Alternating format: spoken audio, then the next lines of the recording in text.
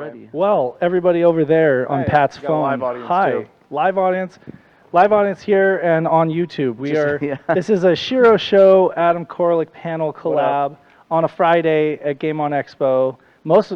Anybody still outside? Like, is there still like a line around the building? This is a weird day for this at this phase of it because at this point people are either down in the dealer room or they're like going home. It's also a Friday, so. Yeah. So Okay. anyway, we're going to be here to just kind of tell some stories. I've got some prototype consoles and stuff like that we can talk about. I think you guys know one of them very well. Yep. Yeah, a little bit. Yeah, so we'll start with this, but I guess we should introduce ourselves. So I'm Adam Koralik, hey, YouTuber, and you guys obviously. Well, Trano Co.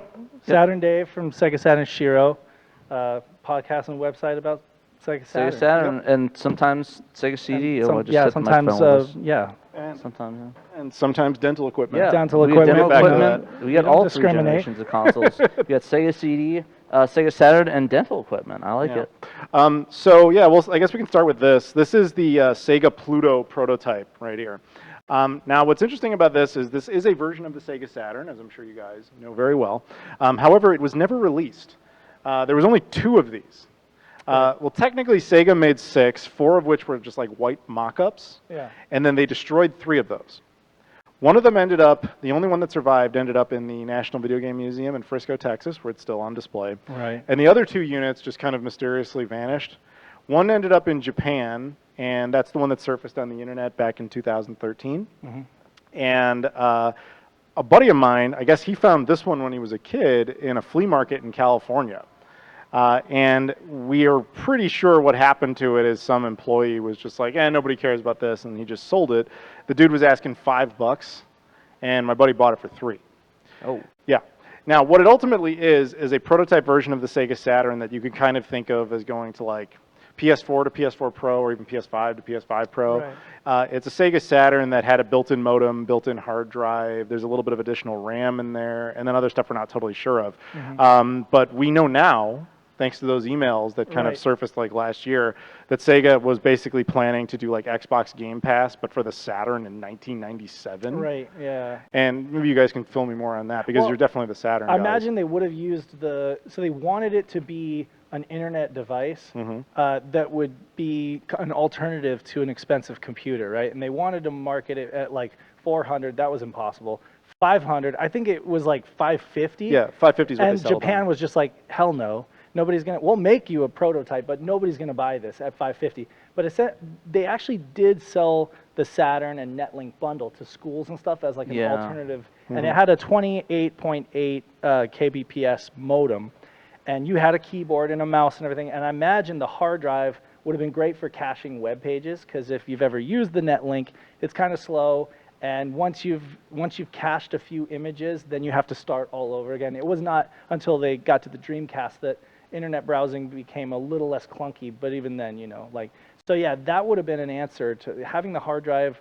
Would have allowed you to do maybe online games like Dragon's Dream and download content to the hard drive, but you'd also been able to actually use the World Wide Web in a maybe even download games if you're crazy enough. Yeah, well, based on those emails, it sounds like, again, Game Pass, but like the hard drive is a 520 megabyte hard drive, which is pretty much enough for any one Saturn disc. Yeah. Not every disc, but or extra content too. Yeah, exactly. If they had done that, they had Habitat, which was like almost like Facebook back then. It was like social media way before social media, and it was like this little Second Life kind of program in Japan through the Nifty servers, and I imagine content could have been downloaded to the drive for that as well, like avatars, music. Can get your Akira avatar or whatever. Little tunes, I don't know, like all sorts of stuff. But yeah, there wasn't even any format data on that hard disk, right? It was completely blank.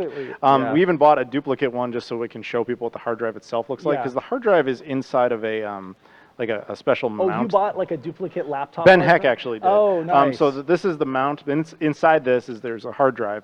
We bought a duplicate one because it was just like some stock like Seagate hard drive from back then. Yeah. You got to remember prototype, proof of concept. So they're just kind of putting stuff in there that they thought worked. Yeah, they just got it off a desk of some dude that worked at Sega. Hey, can I borrow this drive, this prototype? Thanks, bye. Now, funny enough, I took this thing to Sega of Europe, and there was only one person in there who even knew what it was.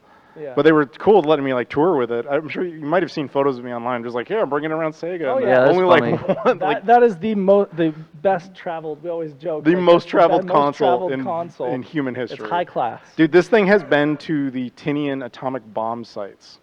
Wow. So it's a little radioactive. No. That's where so like at the end of the war, when they took like you saw Oppenheimer. Right. I assume. Yes, no, And yeah. so Yeah. at the end of the war, like, they delivered the bombs to an island called Tinian, which is still in American territory. And they loaded them onto the atomic bombers and they flew them off. And they built these little like museum bits around them. I was there last year. This was too. That was there. This thing has also been to the Enola Gay, which is in Washington D.C., which is the bomb that did it, the plane that did it, and it's been to the Boxcar, which is in Ohio, which is the plane that dropped the second one. That has nothing. My point is, it gets around. It's been to a lot of places. That's right. Yes, you were absolutely right. Most well-traveled console. Oh, funny enough, this is its first time in Phoenix. Yeah, It's also really. been- Huh. Yeah, isn't that odd? Alright. Yeah, it's first time in Phoenix. Okay, but it's made it to Don't leave PRG it out of the a sun. It few might get a little times. bit It's been sun a PRG damaged. a couple times. And it's been played quite a bit because Yes. it has a satiator in it. Yeah, which makes life Highly easier. recommend folks look into ODEs, optical drive emulators, if they want to dip their toe into the Saturn library, as it's not cheap. I often recommend that if folks are interested in collecting for Saturn, that they kind of dip their toe in with an ODE or burning disc and kind of Burning Disc is probably the see what recommendation. you love, see what you fall in love with, and then maybe buy a game or two, and put them on, so that you can have something that you really like, but you don't have to like go after the entire collection like what you have every Dreamcast game. Every Dreamcast game, yes. But I'm more of a that Dreamcast guy, the irony. Right, but that Yeah. kind of commitment meant you had to start years ago. Oh, I did. I finished in 08. Right. Nobody Oh, cared at all back then. I Yeah. see. Still want that Divers 2000 TV. Yeah, that's sweet. that's- I've still got it. So I went I don't Saturn, need to the find one Saturn of those. route, but I slept on the Dreamcast too long, and now I feel like it's too. Oh yeah, it's way too late for you. it's You're screwed. way too late. Yeah, I cared. So it was, I fell in love with Sega for obvious reasons as a kid, and then, when the Dreamcast ended, it was like I had this guilt trip of my age where I was just like, man, if I had supported it more, Sega would still be making consoles. Which is of course ridiculous. You're just Yeah. one person. Yeah. But at the same time, I thought, naively, if I go around buying the games, maybe that'll fix it. Of course, Right. it's stupid to think that, but I did it, and before I knew it, I was like, well, I've got all the American ones, but there's a bunch of European ones like Shenmue 2 that never came out here, so let me get some of those. Right. Realizing there's only like 24 that came over there that we never got, so it Yeah. seemed Not bad for a Yeah. complete library. it Yep. seemed doable.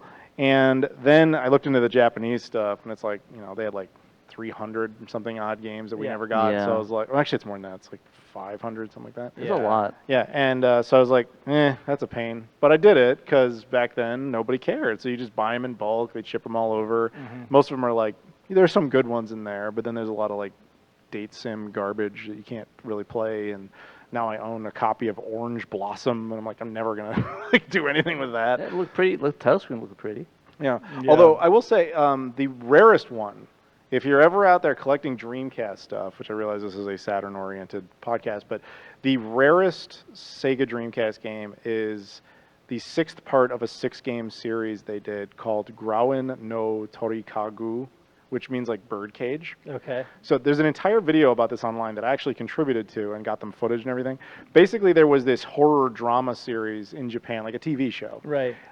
And back then, there was only 2 ways to release it because this is pre-streaming. This was actually pre-DVD, so they didn't actually have a way to release it. So they put out VHS tapes, but the other idea they had was put them out on Dreamcast discs. Uh-huh. But they were afraid, like we want this to come out in a serialization. Yeah. So we can't just release all the discs and have everybody just watch everything and jump ahead. So it became an online dependent game where you had to check in with Sega's server and like unlock the next episode, Right. which stopped being supported like a year after the game came out. Oh. Now, they did 6 discs of this. The first one was the only one sold at retail, and after that, every single one was only sold through Sega Direct, which was kind of like, if you remember Club Nintendo, Yeah. you had to like get it through there. And the last one of that, by the time the last one was done, it was so dead and unpopular, even in Japan, they just barely technically released it. They Yeah. only put out 200 copies. Oh. Wow. That's It's- actually really rare. Yeah, it's so uncommon that a few years ago, Sega brought me to Sega Fest for like promotion of the re-release of Shenmue. Yeah. And they had that happened to also coincide with the 20th anniversary of the Dreamcast. Right. So they had like a full like Dreamcast set, every single game. They did not have that one. Oh wow. I own 2 copies. Jeez. Wow. I got it when nobody cared. Nobody cared at all.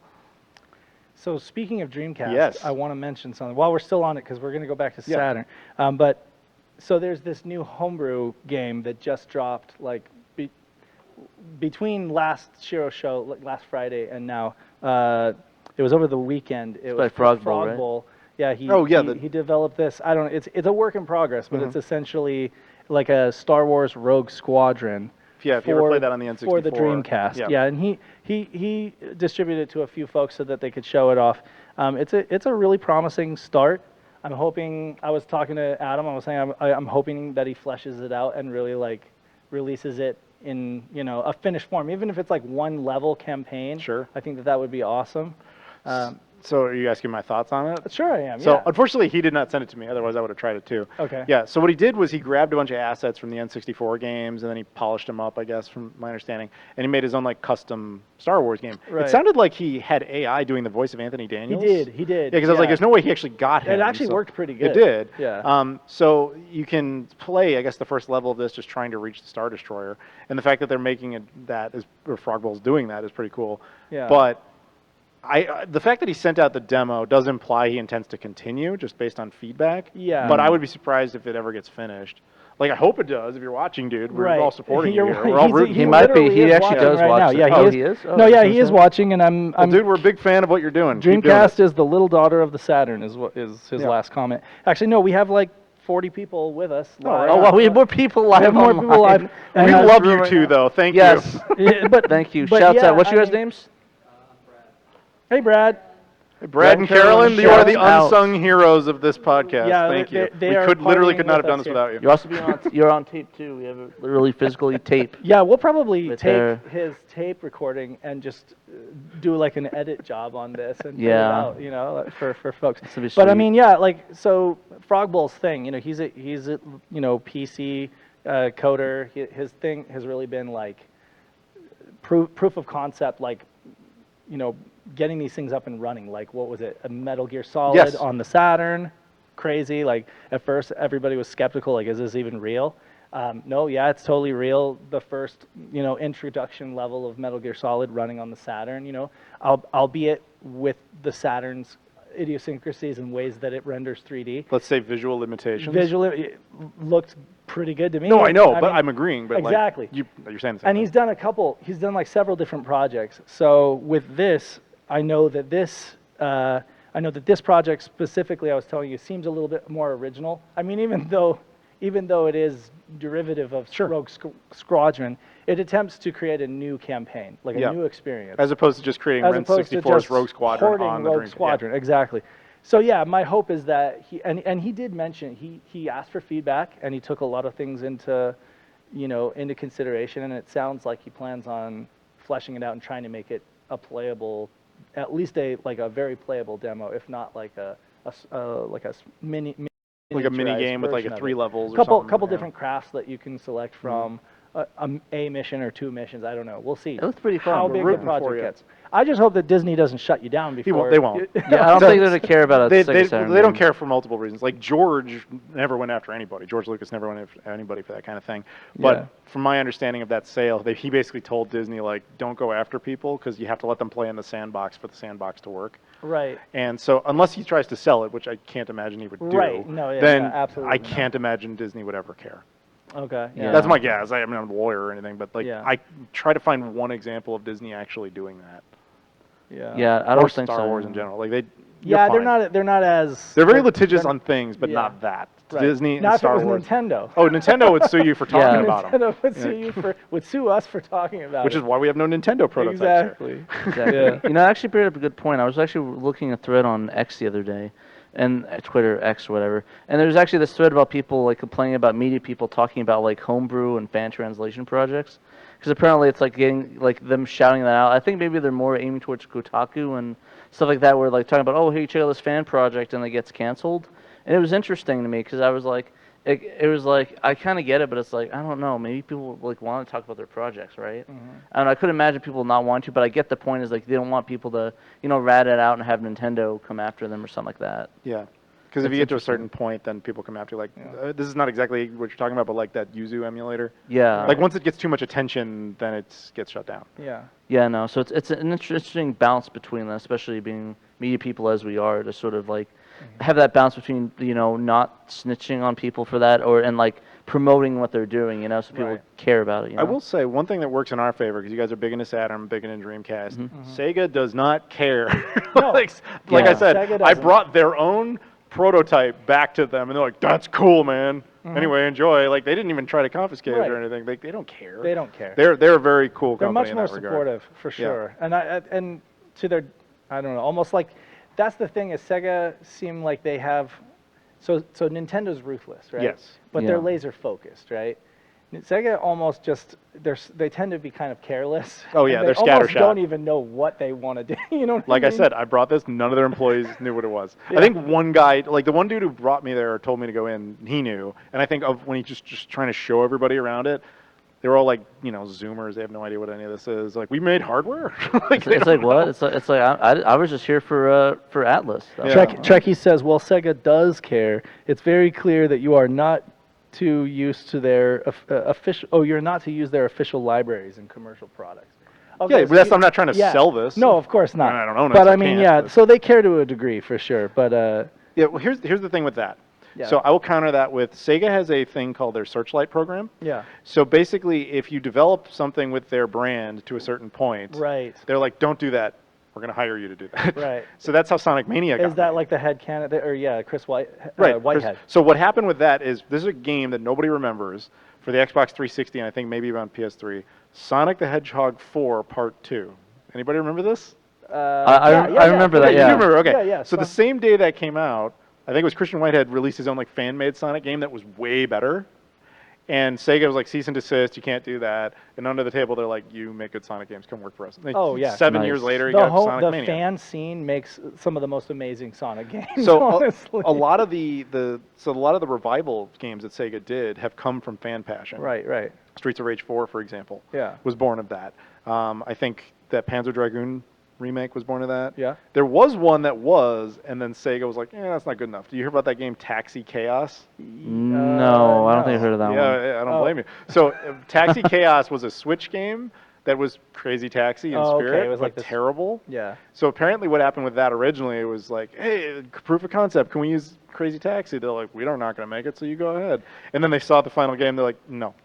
You But like, can't use it. No. But like Bomb Rush Cyberpunk is so excellent, and yet they're gonna go ahead and make like their own Jet Set Radio game. Right, but instead of maybe like taking that into the fold and kind of like branding that's where it. lawyers get involved. Yeah. So, like, the reason that fan-made Sonic game can't just be, like, distributed is because Sega doesn't know where any of its assets came from. Right. It has to all be made, like, legalese under the hood, which is why you just have to make something from scratch. Yeah, I think we talked about that. I don't know if it's you or somebody else, but we talked about like with fan projects, like even if it's like something so little as, oh yeah, this license of Photoshop is like illegitimate, that could Yeah. be legal That could kill grounds. the whole thing. Like yeah, That's it's true, it's yeah. it's fascinating. Like I can't remember who it was that talked. Either you or It was somebody else. uh, Oh yeah, Audie Sorley. Audie Sorley. He That's was what like, it was. he has to, his due diligence, like he has to make sure that every copy of every software had a legal license. Yeah. You know what I mean? Because you can't find out after the fact that, oh yeah, by the way, they did it with a pirated copy of Photoshop or whatever. Because then you just kind of have to start all over again. You know, in terms of that asset. Precisely. Hence, they want all the games to be made in-house to, Yeah, But 'cause- anyway, the reason I bring up Frog Bull's game and Yeah. is that I feel by and large like, so Adam has done videos on Dreamcast for Yes. over a decade. It's been more than a 15 decade. years. Okay, so because Oh, I was watching jeez. your videos 15 years ago with the sheet. Is that a sheet on The table? tablecloth. It's Yeah, still the there. tablecloth. His with your famous hands. Yeah, these, I the still fam- got them. You've got the. So is you're the like hands, you're like a ham thankfully. double. Right? Yeah, they haven't gone anywhere yet. No, but I mean, like, so watching those videos 15 years ago, I think that Adam's kind of covered almost everything that you possibly could No, I didn't. cover in terms of the existing Dreamcast library. No? No. There's a bunch of stuff commercial I just, library? we're talking about hardware, right? We're just talking about, like, commercial game library. I barely even started. You barely even started? So hardware-wise, there was a bunch of stuff I never did because it's like, how many times can you do a video on a different brand of controller extender? Okay. You know what I mean? But like, there's stuff like Well, that. no, okay. There are some more extreme examples, like different racing wheels and whatever. I just feel like the most exciting thing going on these days in these scenes collectively is the fan-made stuff. Oh, definitely. Either the patches, like for example, Derek Pasquarella, who's Yes, big I into know the him, Dreamcast yes. scene, just dipped his toe into the Saturn scene by translating Rabbit, which was Get back to the Dreamcast scene. We need more English patches. Don't. I'm No, gonna beat you up, Saturn- Derek. He Run, knows- run. I talked to him Run. today. No, you get back in. You Back get to the back in there, and you give me more VGA patched games. Oh, I know, Bangai-O. I got to Yes. play that the other day, and I was just like, oh my god, finally! For years All right. I've been trying to play Bangai-O. We should explain that problem. Oh, yeah. Oh, yeah, you probably should. So- Yeah, sorry about that, guys. We're literally just like Yeah, we're just preaching. talking to each other. Sorry, guys. I know you're our super fans, and we're not even. Do you either of you guys play Dreamcast? Are you familiar with the VGA adapters and everything? Yeah, and so there are some games for the longest time. What you would maybe have to like force VGA mode, or you would Yeah. just have to. You would just have just have to to tolerate it, it settle doesn't for. work. You have Yeah. to play with a There's- JoJo in a whatever. corner So of the I screen. can even give you numbers on that. So there's about 800 games worldwide for the Dreamcast. Right, About 100 of them don't have the VGA code in them. right. And of that 100, like 55, you can use force boot or code breaker and just put that in first, Sure. and then it'll fix it. Right. But that other like 45 or so, like you just can't do anything. But guys like Derek, although I don't know if he specifically, my buddy Razor, who's in my Discord server, I know he's working on stuff like that all the time. They're like rebuilding it or recompiling it, like Bangai-O, a perfect example, Yeah. where they're like, okay, let's fix the problem, and they put VGA code back into it. And I think they've done like 10 of them at this point. Right. Like that's one of them. Dino Crisis, MTV Skateboarding, WWF Attitude, I think is one of them. Okay. There's a few others. Some of them they're actually tackling are odd, like the Japanese ones that you wouldn't expect. I forget which one. There's one where they did the double whammy, where they translated it and VGA patched it. I just don't remember off the top of my head what it was. But if they're watching, they could probably look it up. Yeah, I still think the craziest thing is some games are actually RGB incompatible, which Yeah, is that's kind of insane. an obscure fact. Like I did not know that was the case but there's no game that's both RGB and VGA incompatible. Right. Yeah. So like there's not one where you like have to use composite. Yeah, Okay. because I think the issue was that a lot of the Capcom games, this is just theory crafting, that I think the reason why they were RGB patches because they were worried that people would literally just to get a Dreamcast, shove it into their arcade, like wire up the controller and just do that versus getting a Naomi system, and they didn't want to save money on that. Because I know that, yeah, that's just a theory though that I'm thinking, because a lot of them are Capcom incompatible. Like I think like one of the JoJo ones, JoJo's Bizarre Adventure. Yeah, Yeah, the stock version of that, the standard one, is, you're right, is VGA incompatible. The Japanese reissue called For Matching Service, Yeah. which is their Japanese literal translation for online, Right. like to match and have a match Yeah. service. Yeah. Matching, yeah. That one, not only did they add a bug fix, they added some extra characters and VGA patch. So that Right. version does Yeah. exist.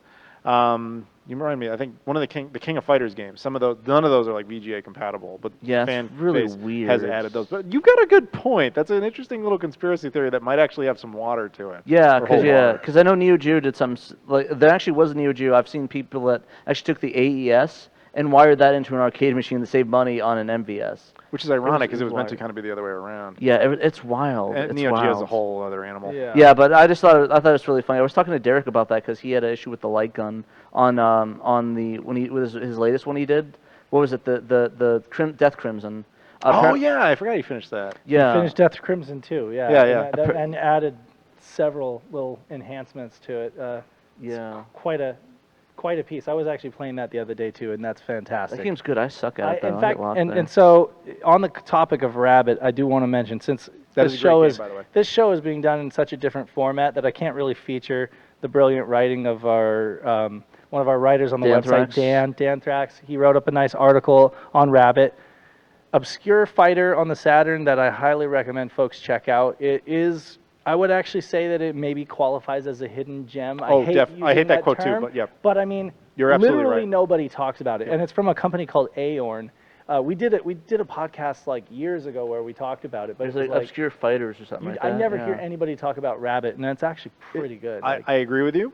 And the best part about that, because I show it on the Pluto at a bunch of You shows. do? Okay. I have it on the Satiator. Okay. And the part that always blows everybody's mind is it's a Japanese exclusive Saturn game made by EA, or at least published by EA. Published Yeah. by EA By in EA Japan. in EA Japan. in Japan, yeah. And you're like, That's like the equivalent of like those weird times when we would get like a one-off published in the U.S. by a Japanese publisher. yeah, I can't Yeah. even think of a good example of that. 'cause, No, you know, it's when I saw that Aorn, never heard of them. Yeah. EA. but not in America. Yeah. Just in the, So bizarre. You know, 'Cause and it seems like that situation was probably like, oh, we're going to bring it over, so EA will do it. And then EA probably had all the sports games problems that they had towards the end of the set, and they were just like, the hell with it. it's kind of reminiscent too of like the Far East of Eden fighting game. You know, it has that kind of flavor to it. It's a really good game. I highly recommend that if you guys want to download a copy, or at least you want to download the patch so you can patch Buy it legally, you can everybody. patch your We don't know legal you're copy. buying them legally. Check out SegaSaturnShiro.com. It's like one of the top articles right now, and Dantrax did a great article just talking all about it. I highly We'll recommend probably talk it. about it in the next show as well. We'll read it out. It is a too. really good game, though. Like, I sure. find that when I display the Pluto at different cons or whatever and have it set up, like, there's certain games that get people's attention more than others. Rabbit always brings people over because they're always like, what is this? Actually, it's a good point. Dave, remind They're me. suggesting that the Pluto deserves its own chair. Yeah, I put mean, it I on the could, chair. but then nobody would see Yeah, it. would nobody say? Yeah, No, they would you see can't it if see you it. put it on the edge closest to you. So if I just put it on the edge where it precariously falls off. hang it Yeah. off Yeah, the just chair. precariously hang And it then off put there. it at a garious Like, angle. make you it see as this? Is close that to better you as somehow? possible. Yeah, guys, say one Yeah, in the like- chat. yeah, if you you So can see let it. me just point out. You can totally see it. It's Okay, just as long as it's you can right see it. there. It's So- right there in the foreground. Oh, good. there. Because so anybody doesn't know the history of that thing, I will point this out. So, like I said, there was only 2 of these finalized. There's one, if you look up the Sega Pluto online, you'll see one, like this photo of a black one that says Sega Saturn on the lid. That is not this one. This is the one made right before it. Right. The other one, after we started making videos about this one, the guy who owned the other one contacted us, and he basically said, like, I'm going to sell mine. Thanks for making all these videos. And he was like, we asked him, like, how much do you think you're going to get? Because none of them had ever been sold before, so you have no Yeah. idea what the parameter would be. And he was like, I'm hoping for $3,000. And we were like, good luck. Like, we didn't think anybody would care, because, like, every video we had made, every show we had taken it to, was just like, oh, I don't know what that is, I don't care. He ends up getting $84,000. Oh, wow. Wow. And so you're telling me just precariously hanging off a chair, and I don't even mean, own it. I don't I want consider that to be very hanging. clear. I really this is don't. my buddies. It looks pretty. It looks sure it's comfy, fine. It dude. looks It's pretty comfy. It's okay. vibing. It's vibing. Yeah. It's vibing. If anybody cares, I'll talk about this too, since nobody's we haven't even mentioned yeah. it. Yeah, let's talk about the So dinner what is unit. that? What is Okay. that anyway? So this is, you're probably looking at it, if you know your video games at all, you're probably like, oh, that's the Atari Jaguar, I know that. Why does it look kind of weird, and why is it white? So if you know the Atari Jaguar story at all, even only through memes, you may be vaguely aware of this rumor that after Atari went out of business, suddenly the Jaguar became dental equipment. Not a rumor. That happened. Right. And that's So yeah. there was this guy named Steve who works at a company called Imogen, which is still around, and their whole business is dental equipment. And so when Atari went under, he was like working on the next iteration of his camera design. Like, have you ever been to the dentist's office and you go in there and you see like a thing on the wall that's got like little tubes that come off and then go in your mouth? Yeah. That's actually what this is. Yeah. And so he was working on his next generation of it, and he finds out that this company called Atari that he vaguely remembered from the 70s was going out of business and selling everything. And he was like, oh, I guess I could just buy new shells and I don't have to do R&D, whatever. So he bought the molds for like $1,400. I thought it would be way more, but no, it was like the rights to the molds and all of them just, here's $1,400, whatever, it's done. Right. And so he then decided, okay, I'll make it into my own thing, not understanding there was any sort of video game history to this thing. So he makes thousands of the shells, and if you're ever into the Atari scene or Jaguar scene, you'll see those white shells everywhere because people like to get them to make the Jaguar look different. They custom paint them, whatever. That was originally meant for dental equipment. Right. But the actual board, the thing that is a functional camera, he only made 4 of those. And he only ever sold 2 because of 2 reasons. One, I don't really know dental equipment at all, clearly not my field, but these pieces of technology are very expensive. This originally retailed for $20,000. Well, that's not about right. And the idea behind that was cameras are really expensive. And so he was trying to save everybody money. So like when you go to a dentist's office and you see they have multiple offices and they all have that dock, Yeah. rather than buy a camera for every single one, he was like, I'll make it portable.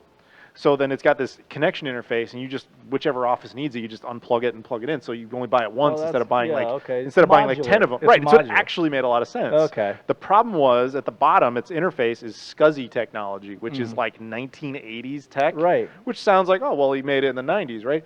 No, this was 2004.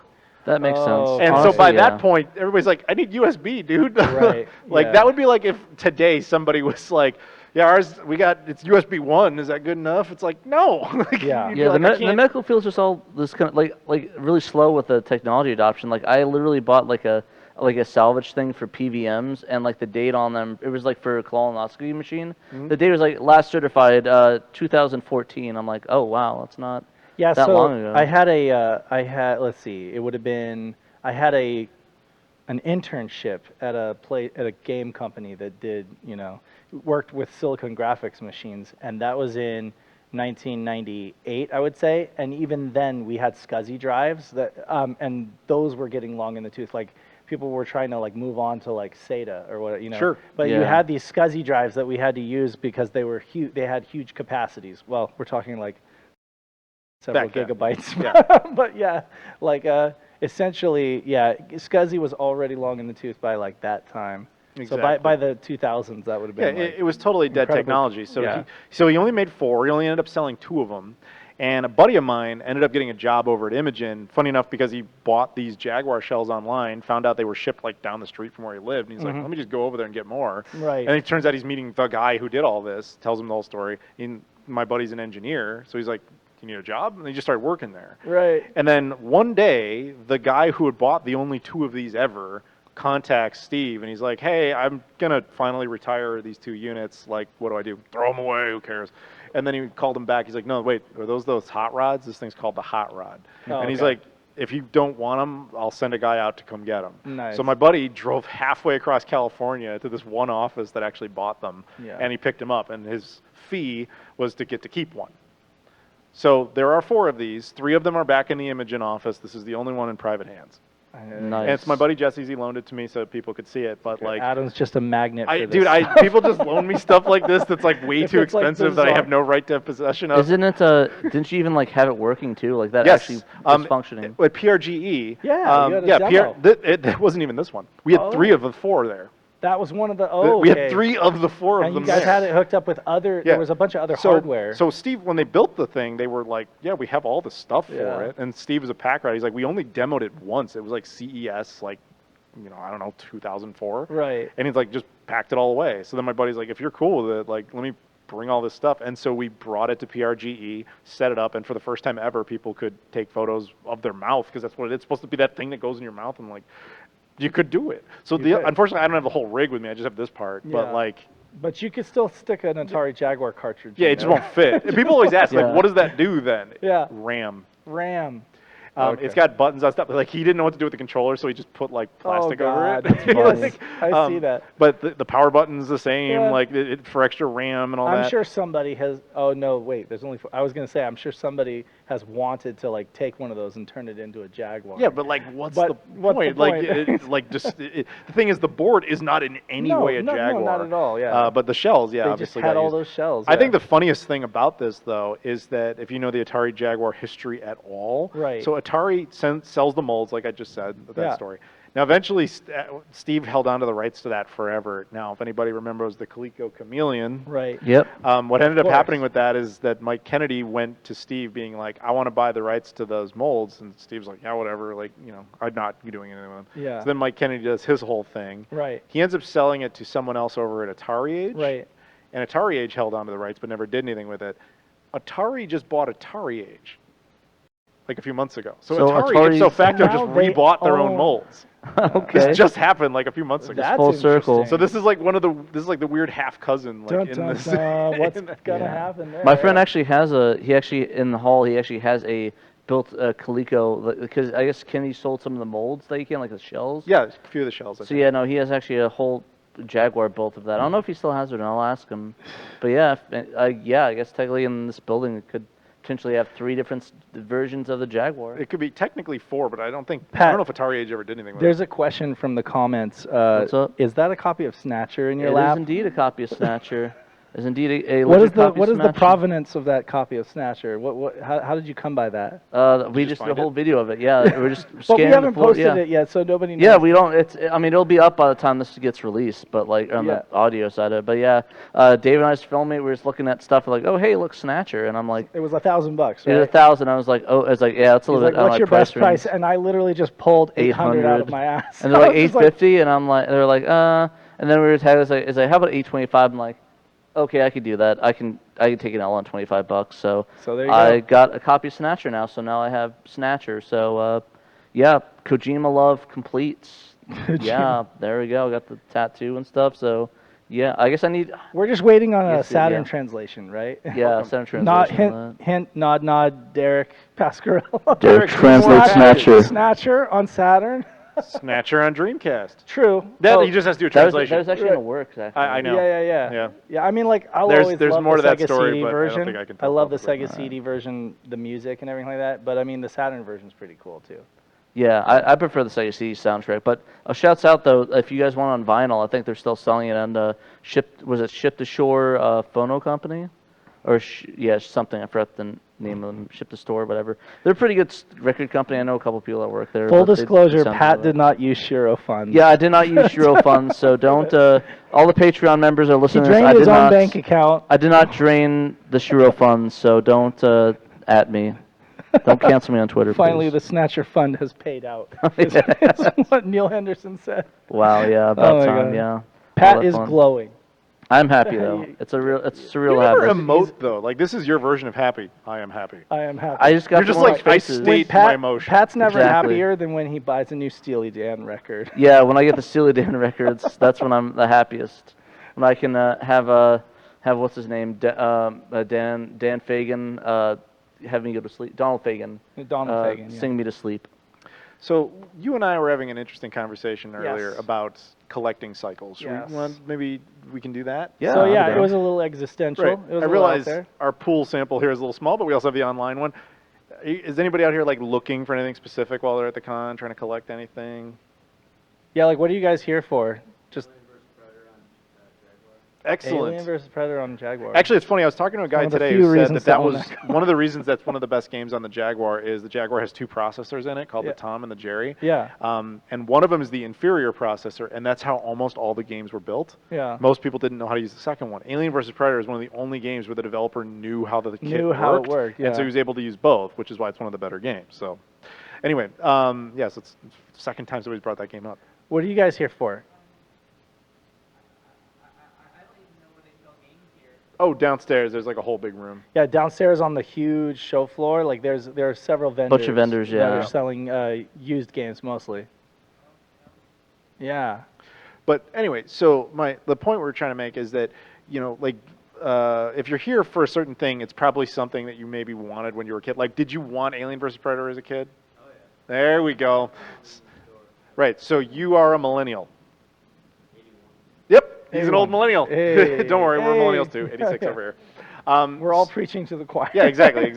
So basically our point was demographics are kind of a key thing when it comes to video games, and you can kind of predict when games are going to get expensive versus when they're going to get cheap if you understand that. Right. Because currently the stuff that's really expensive is 6th generation stuff. So Dreamcast, GameCube, mostly. Obviously PS2 and Xbox also, but not as much. And There's a lot more for those yeah. consoles. Well, there's so also it's nobody yeah. talks about the new one, Justice for the New One, which you should know because it's the sequel to the Jaguar.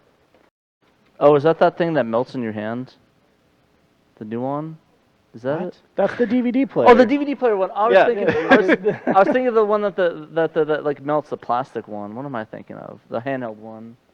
I don't remember. Sorry, What? I'm thinking. I think I'm a bit crazy, loopy today. Oh, Casio Loopy? No. The Casio Loopy. Ooh, I want one of those. have Everyone's one of getting a Casio Loopy. It's- What it's- is with this? Going on? That was my fault. I made a video about the Loopy. I'm not Ev- really yeah. taking credit for that though. No, it's like everyone's getting a Loopy. Like I Yeah. need to. I feel like I need to get a Loopy just don't to really like. need to Folks get are a loop. complaining about the audio. What can you do, right? Yeah. There's a lot of slapback in this room There's echo, because yeah. there are no people in the room. Okay, like if What are you there were- talking about? If there There's were two people, These are our heroes. Well, okay, We lost two people. I'm We so lost so- two I'm people so who sorry, thought this is guys. where the show Yeah, floor there were was. two people that were lost and they came in. Now they're gone. But no, like when there's no bodies in Is that here, what's like the losing the members in sound the chat? bounces off the walls. But anyway, we will upload the audio from the board and just do like a VOD later on. I'm gonna check. But anyway, you were Yeah, saying right. the tapes So the point I was trying to make is that when it comes to if you ever want to collect stuff, it's good to understand a little bit about demographics and generations of game consoles and stuff. Right, yeah. Because what ends up happening is the reason 6th generation stuff is expensive right now is mostly the people who are buying tons of it are the people who were kids when it came out. Right. And they're basically just trying to rebuy their childhood. This is not a new phenomenon. This No. happened with us. Like Yeah. you yourself are trying to do it. But because I'm guessing you're a little over 40 now. There you go. Mm-hmm. Because you're like that, you're kind of the holdover, just like us. The number one consumer base for anything is basically the people who are right out of college up until like their early 30s. The reason you're like that is because you don't have a house yet, you don't have your own family yet, you don't have like, you know, that's just when you're in your consumer base. So you Right. start working towards like, especially when you're right out of college, because when you're right out of college, your whole life has been like, well, I'm supposed to go to school. And now you're like, I'm going to enter the workforce? I don't know what I'm doing anymore. There's no automatic plan. So you kind of panic a little and you start buying your childhood. You go one way, you buy your childhood or you buy the Ferrari, but I guess technically it's but, the same But thing. that's the thing, you do both. You do both. That See, is people the thing, start buying a yeah. house, they start buying cars, etc. That's just economics. That's how it drives forward. But inevitably they get to a point where they turn into guys our age. Right. And when that happens, normal people, not us, will start selling some of that stuff off, and then the prices go down. Right. So for us, it's a lot of third generation, fourth generation, fifth generation stuff. And you start being like, well, I got a kid, so I can't do this anymore. I bought a house, I got a mortgage, I can't do this anymore. So you start Right. selling some of the stuff off. Yeah. And the prices go down. So a few years back, everything on Super Nintendo, Sega Genesis was crazy hot. Now it's like, well, I mean, it's still kind of expensive, but now it's more readily Yeah. available. It's Super Nintendo games have come down back into your like your $20 range in a lot of cases. Yeah, It's like, you're not spending $50 on Mario games you don't have anymore. to anymore. And that's because all that stuff gets dumped right back out. But this all happens on a wave. Yeah. To the point where we were talking about eventually stuff gets old enough where people don't care at all, like Atari 2600. Basically, yeah. Except the people who do care about Atari 2600 are now the old Gen Xers whose kids have finally moved out. Mm-hmm. And once they moved out, they're like, I have more income. I don't have to pay for my kids anymore. Ooh, They're I out of like it. here. It's my time to shine. I can retire a little bit. What do I want to do? I'm going to rebuy my childhood. And then Atari stuff goes right back up. Right. But it's not as high of an increase Because anymore. then you have like these compilations and these like Yep. digital clips doing like these Atari, who did Atari 50? Was that? I think it was digital That was, clips, yeah. yeah. I And that was with a great stuff- collection. With stuff like it's a great collection. It's so well done that it's kind of like everything right there. You don't really need to go out hunting You for. don't. Yeah. But imagine it. Let me put it this way. You're a Saturn Super fan, obviously. Sure. Sega puts out a Saturn Super collection. Right. Are you going to be like, well, I don't need my discs anymore? No, but Exactly. okay, I have a point to that though. See, I have a huge wall of Sure. Saturn long box games, right? And I mean, I could put my kids through college with that, but I won't. Because we're abnormal. Sorry, Dave's kids, you have to get through college Dave's on your kids, own. you're on end. your own. You're on your Your own. dad sucks. No, college. Who needs college? No, but seriously, like You say I that used to now. buy games. I used to buy games to play them, right? Like I used to buy discs to play them, until my Saturn laser burned out, right? And then found myself just going to the ODE because it's so much simpler. Right. And then I would look over at that wall and just say, that's the physical embodiment of all of the love that I have for this console. But in reality, I don't take a book off the shelf and read it. Like Of course. I fire it up on the ODE because it's so convenient. It's almost like having a library of high def vinyl, but playing everything on your iPod. Like because you're like, well, I own them over there. Right. Yeah. And so that's rough. Well, because it's I like- kind of disagree with that analogy because vinyl and listening on like iPod high res is kind of almost two different things. It is. Like listening to vinyl is something you do deliberately. You put on a vinyl Yeah. and you almost have to babysit the record, and flip it and listen. But I mean, with games, I would love to pull, I would love to pull a game off the shelf, read the manual, and pop in the disc. But it's like ever since my laser burned out like 2 years ago, I've honestly just been going like the convenience route. How do you not own more than one Saturn?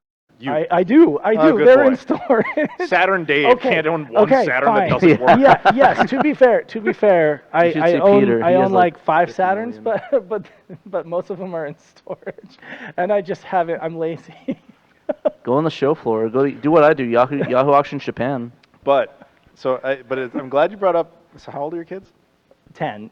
Okay. My son's 10. Wait another 8 years or so when they're supposed to go to college, and you're like, how much do I really need this Right. stuff anymore?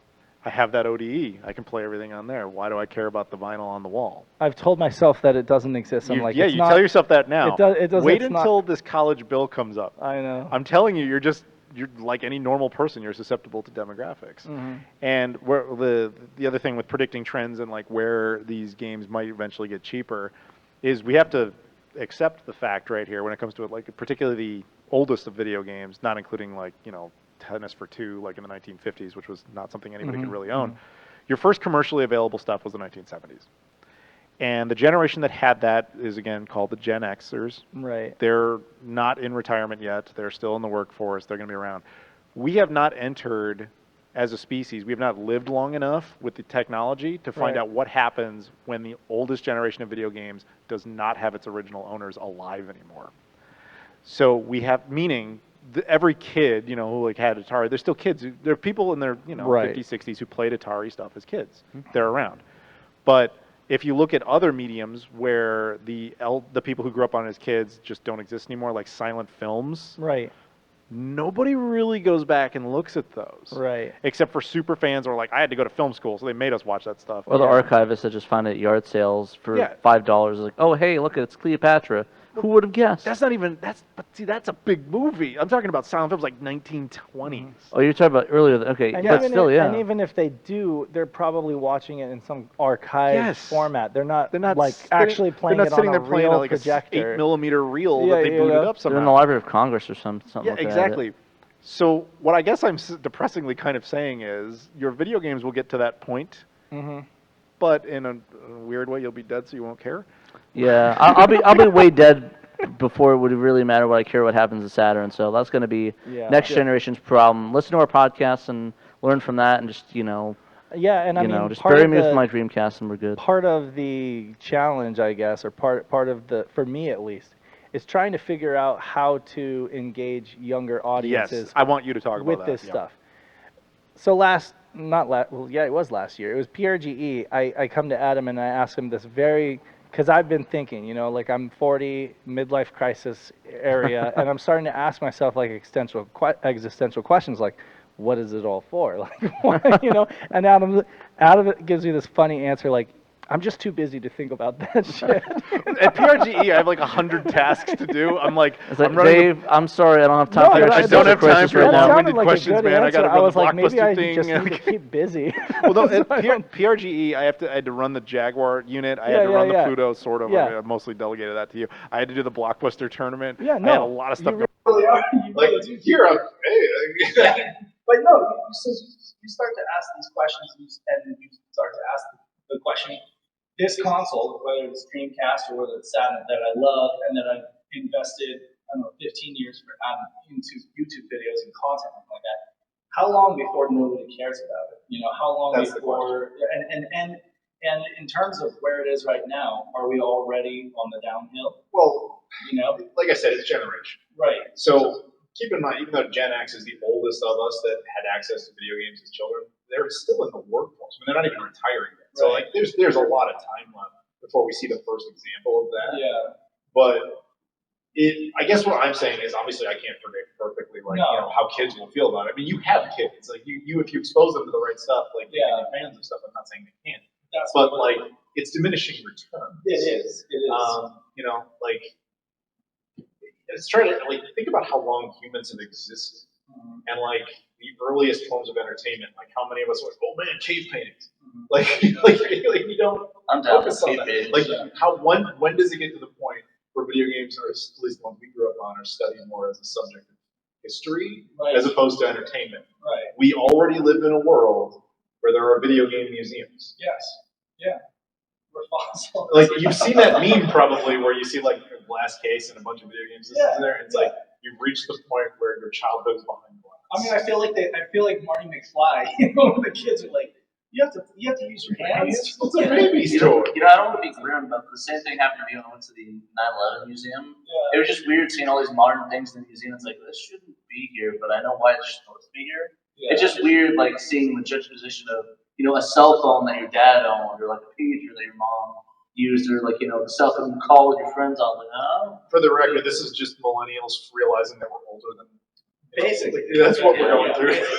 But I mean, so there are some fringe youngsters in our communities that are either like you said, their parents exposed them to that console when they were young, so now they have some kind of bigger engaged with it, and they realize that it was great.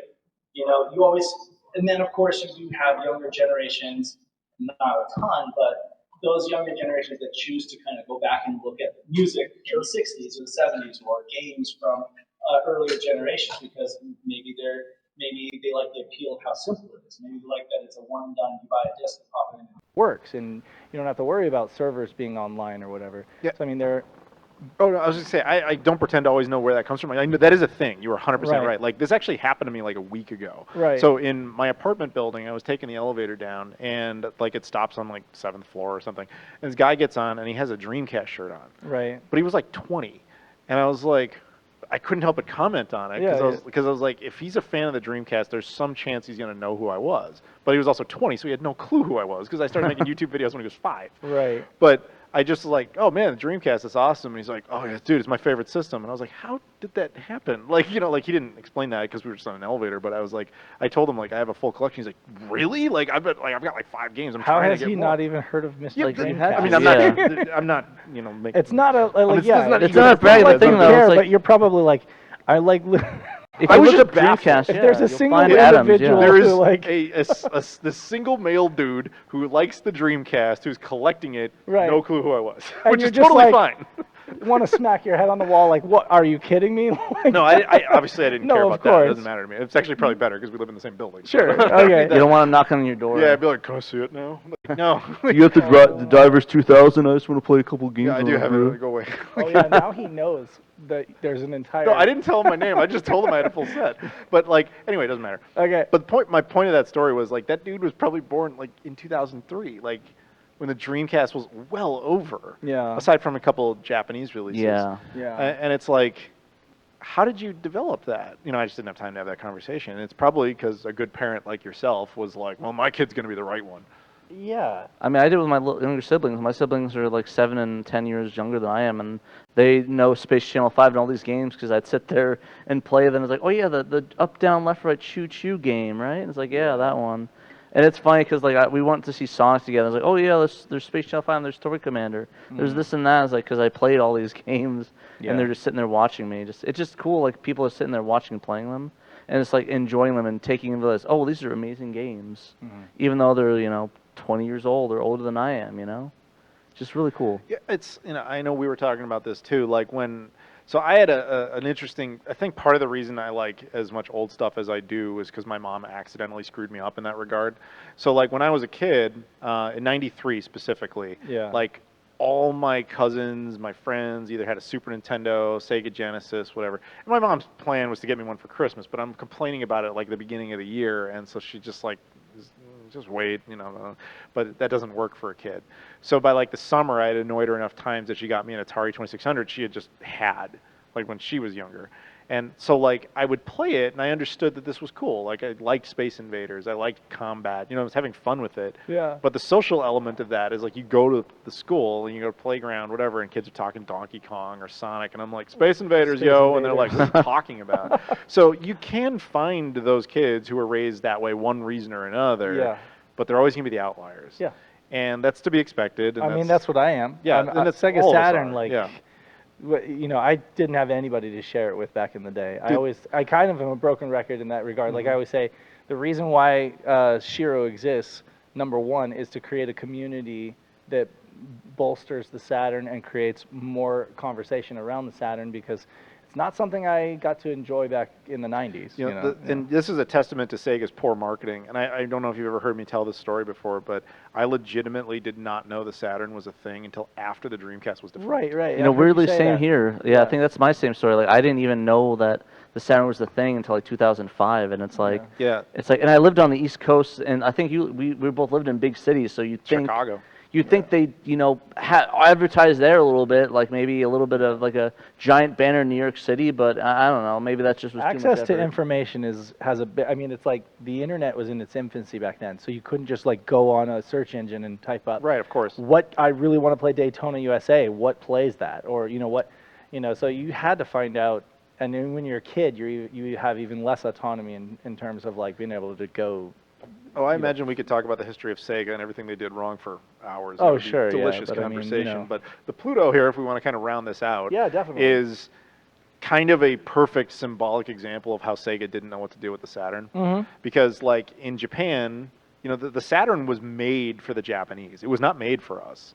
People don't tend to know this. The Sega Genesis Mega Drive Yeah. in Japan was a flop. Mhm. Like, it didn't do well, but they Right. had no choice but to support it because it was doing so amazingly here Yeah. and pretty well in Europe. Sure. And so when, you know, Japan, Sega being a Japanese company and Japanese pride, they were like, we can't, that was embarrassing. And so they were like, the next one has to be very Japanese centric. Hence the Right. Saturn is what it is. But that didn't really work in North America. It didn't really work in Europe as far as like the mentality of like 2D games. You know what I Yeah. mean? I mean, you know this. But I mean, they didn't allow it to work either. Of course, 'Cause it was like, you know, there's a million it was mistakes. time. It was Yeah. time for a new console because Yeah. 89, right? Like right. 88. 88. 88. But it's like, you know, America didn't want to. They were like, no, we're not ready. We you know, we want to like just milk this the Genesis and 32X Right. thing as well, much as we see, can. that's where it gets even more insane. Yeah. So did you know that the Saturn launched on, I want to say November 22nd, 1994 in Japan? And did you know that the 32X launched on November 21st, 1994 here? Right. That is crazy. And because of time zones, that is the same day. It was the same day because of the time zones. Right. And that means that's how little they understood each other. You know, the 32X made actually a lot of sense. It was like kind of a prosumer idea. Like if it's like saying, hey, you don't need to spend $300 on your next generation console, buy this add-on, $150, that's our next generation. It actually Right. made sense, but they could not coexist. And we were at a point, despite the internet, like I said, being in its infancy, we were still at a point that I like to argue globalization was enough of a thing where you couldn't not know that there was a better next generation console being released over in Japan. Yep.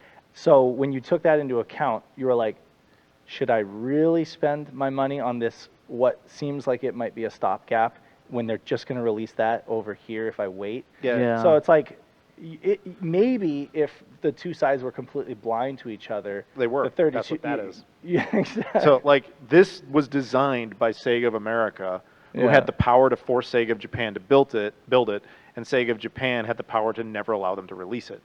That's This is insane. a perfectly symbolic piece of material to say this is why Sega ultimately failed, was they just could not coexist. Yeah, Japanese pride got in the way of American arrogance. yeah. Yeah, and that 97 document that was uploaded really opened up some eyes on, the real Absolutely. issues with it. That was like insane. Yeah, that combined with like Sato, his oral histories that he's given and stuff like that, like just give a huge look into just all of the, I don't want to say mismanagement, but just like several Of the missteps. Several missteps. Missteps. Yeah, I mean, exactly. we could talk about that forever. Like why the Saturn didn't have Genesis compatibility, which would have been amazing here, but it's because the Japanese didn't want it, because then it would have seen as like a negative. Right. Yeah. We could talk about it forever, but we only have about a minute left. So, do We It's could take cool. questions though. you have Yeah. any questions? If you guys have Brad and questions, or if Caroline? anybody on YouTube that's watching has questions, I'm Yeah, let us reading. know. Look at the chat. By the way, hi Steve. Yeah, I'm reading. Oh, hey, Steve, how's it how's it going? going? Do you have any Welcome- questions, Steve? welcome- What time's your panel? Next? Oh, right Your on. panel Sunday? Oh, okay. Otherwise, yeah. If you don't have anything there, then we'll just call it. Seeing if anybody has any questions. That's You got some chats going on? yeah. We have some chats going on. We have about 35 people left. That's fair. Anybody? No? Good luck getting Alien versus Predator. I guess You we'll got go. you guys from Phoenix? You are? Recommend any good places to eat? Dave's got food on his mind. Clearly. I think Osaka's. I kind of want to go to Osaka's. That'd be cool. Oh, okay. We'll hit that up. Yeah. There's some fair pretty enough. good places downtown if you Well, guys want thank to you grab for some coming out. afterwards. Yep, thank you. Thank you for being the super fans. Also of note, Dan Thrax, who writes for Sega Saturn Shiro, just uploaded another story about the Mr. Core. Sound improves drastically on Saturn Mr. Core. Nice. I Well, don't we think have that could- downstairs. so. You have a Mr. downstairs. But I'll I don't- update that. You need to update it so that we can demo. I the literally new updated it sound. last night before I came here. Now I got to update it again. Sucks for you. There nerd. you go. Yeah, you have to update it again. I But actually need to mean, get Rabbit too. That reminds me. I need to remind me, Dave, to download that tonight. That's right. You need Alright. to download. What's up?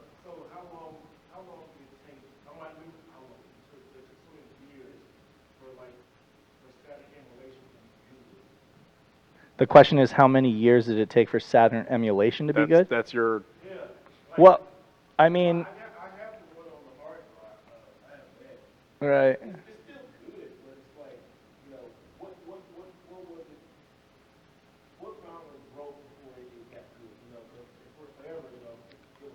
Well, okay, so like the question is, how long did it take to break the barrier of making Saturn emulation feasible or good? Like, I'll be honest with you, so there are some emulators that have been around for like over a decade that have run on a potato, basically. It's just that people, so I don't know if you've heard of SSF, but SSF is like this emulator it's closed source, written by this Japanese guy, can't remember his name, but I mean, and they're using that as the core of like the emulation for the City Connection games that are coming out on Switch, so like the Cottons and stuff and I like mean, that, it's yeah. a solid emulator that has been available for over a decade. But the popular, I almost want to say myth, the popular myth that prevails is that Saturn emulation is impossible or that it's difficult or that, and I mean, I will say the modern,